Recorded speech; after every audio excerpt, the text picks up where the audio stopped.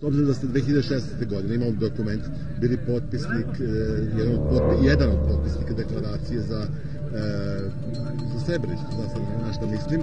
Apsolutno, kako je danas vaše mišljenje sa ove vremenske i političke distance?